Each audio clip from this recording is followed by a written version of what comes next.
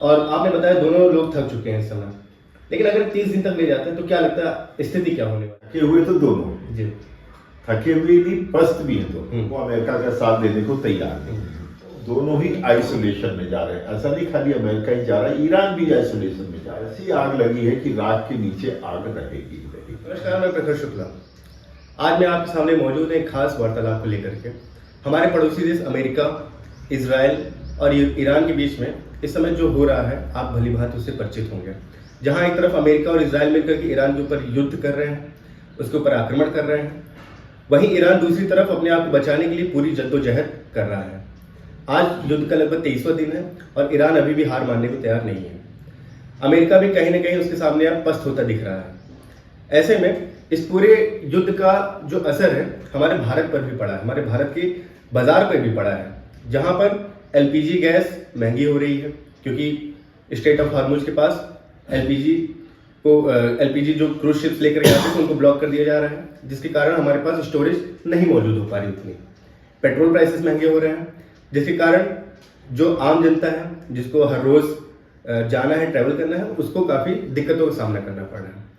ये महंगाई कब तक रहेगी, ये युद्ध कब तक चलेगा, कब इसके खत्म होने के आसार हैं, कब वापस हालात सामान्य होने के आसार हैं, ऐसे तमाम प्रश्नों पर बात करने के लिए आज हमारे साथ मौजूद हैं प्रोफेसर मनोज कुमार अग्रवाल सर।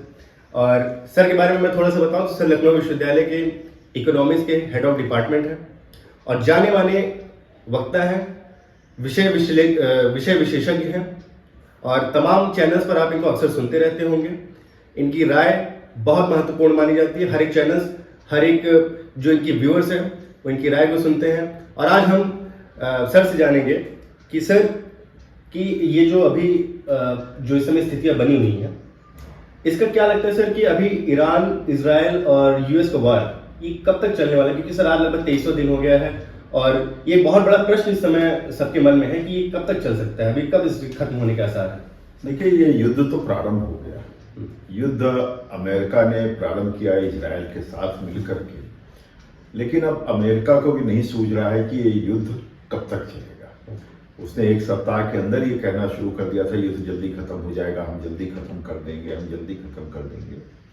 लेकिन अब ईरान को देखिए, ईरान इराक युद्ध जब हुआ था, इराक के ऊपर जब हमला अमेरिका ने किया था, उसको तहस नहस करके पूरा अपने कब्जे में कर लिया था करीब करीब, तो ईरान तभी से अलर्ट है और वो समझ रहा है कि जैसे ईरान ने जब वाच किया तो उसको पता लगा कि इराक को जबरदस्ती वेपन ऑफ मास डिस्ट्रक्शन उसको नष्ट किया गया, तो वो तेल के लिए किया गया, वहां पर अपनी प्रभुसत्ता स्थापित करने के लिए अमेरिका ने किया। ईरान इस बात को भाग गया, तो ईरान के ऊपर सैंक्शन लगे। सैंक्शन के बाद तमाम और चीजें रही। हालांकि ईरान की भी अपनी कुछ कमियां व्यापक रूप से रही, क्योंकि उसने लेबनान में जिस प्रकार से आतंकवादियों को इजराइल के प्रति भड़काया और ये गतिविधियां हुई, इजराइल के ऊपर अटैक हुआ 7 अक्टूबर 2024 को, तो ये तनातनी बढ़ती चली गई और अमेरिका को इसमें मौका मिला। और अमेरिका चाहता था कि यहाँ पर भी अगर हम तेल हमारे हाथ में आ जाए, क्योंकि देखिए मिडिल ईस्ट में ईरान सबसे बड़ा है और सऊदीया है, तो सऊदीया या ज़्यादातर मिडिल ईस्ट तो अमेरिका के साथ है। ईरान अमेरिका के साथ नहीं हो पाया। ईरान की अपनी कुछ अंदरूनी भी समस्याएं हैं, लेकिन कुल मिलाकर अमेरिका ने जब अटैक किया इजराइल के साथ मिलकर के, ईरान को पता था हम डायरेक्ट नहीं जीत पाएंगे, लेकिन वो लड़ने के मूड में था और उसके पहले कह दिया था अगर आप हम पर लड़ेंगे तो हमारे पास मिसाइल है, हम आपके सारे बेस नष्ट कर देंगे। और ईरान ने वो करना भी प्रारंभ कर दिया।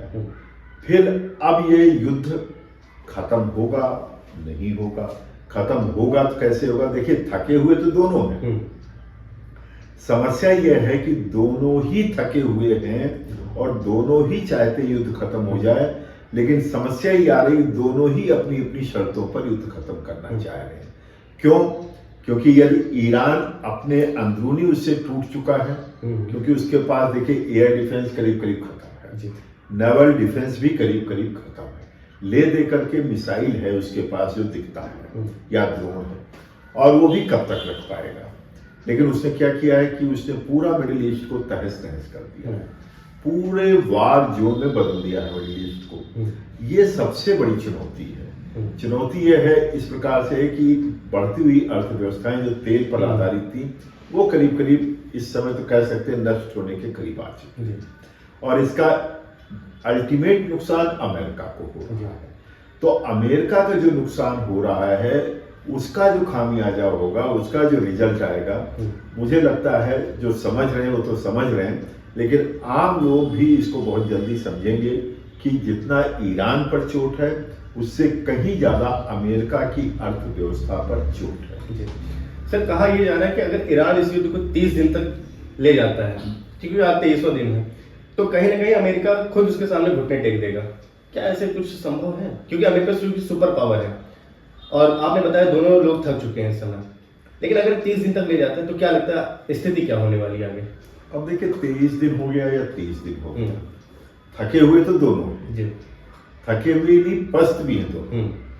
जब अमेरिका अपने सबसे एडवांस्ड वेपन को उठा के आगे ला रहा है, एक न्यूक्लियर वाला भी उसमें वारलोड करीब करीब सुनने में आ रहा है कि वो भी प्रारंभ कर दिया। अब प्रश्न ये उठता है कि अमेरिका क्या करना चाह रहा है। अभी भी अमेरिका प्रॉपर चैनल, और सबसे बड़ी जो समस्या आ रही है कि अमेरिका की क्रेडिबिलिटी का नुकसान ग्लोबल लेवल पर बहुत ज्यादा हुआ है।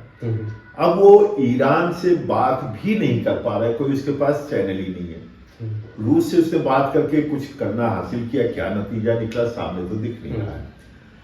अब उसको क्या चाहिए कि इंटरनेशनल लेवल पर जो लोग उससे बात कर सकते, देखिए मिडिल ईस्ट में कोई बात करने वाला बचा नहीं उसके पास। ग्लोबल लेवल पर आप यूरोप में देखते हैं तो यूरोप में भी अमेरिका और यूरोप के बीच जो है गैप काफी आ चुका है और वो अमेरिका का साथ देने को तैयार नहीं है। अब ऐसी स्थिति में यह है कि बिना बात किए हुए युद्ध कैसे रुकेगा, और जब बातचीत होगी तो दोनों की शर्तों को ध्यान में रख करके ही होगा। सबसे बड़ी समस्या है कि सोशल मीडिया से या इस प्रकार के पब्लिक स्टेटमेंट से एक दूसरे पर ट्रस्ट नहीं डेवलप हो पा रहा है और रोज ही अर्थव्यवस्था का नुकसान हो रहा है और इससे दोनों ही प्रेशर में है, क्योंकि ग्लोबल इकोनॉमी, जैसे आपने बताया अपने इंट्रो में कि ग्लोबल इकोनॉमी प्रेशर में है। ऑयल क्राइसिस, एनर्जी क्राइसिस, फिर वो रास्ता बंद होने से तमाम और मालवाहक जहाजों का आवागमन रुकना, तो ग्लोबल इकोनॉमी डिस्टर्ब हो रही है। तो देखिए दोनों ही ग्लोबल इकोनॉमी का, ग्लोबल कंट्रीज का सिंपैथी लूज कर रहे हैं, तो दोनों ही आइसोलेशन में जा रहे हैं। ऐसा नहीं खाली अमेरिका ही जा रहा है, ईरान भी आइसोलेशन में जा रहा है। सहानुभूति पूछिए तो मुझे नहीं लगता ग्लोबल लेवल पर दोनों में से किसी तरफ है, लेकिन ऐसी स्थिति में दोनों को संभल कर चलने की आवश्यकता है, क्योंकि अमेरिका ने तो देख ही लिया कि उसका सपोर्ट करने वाला कोई बचा नहीं।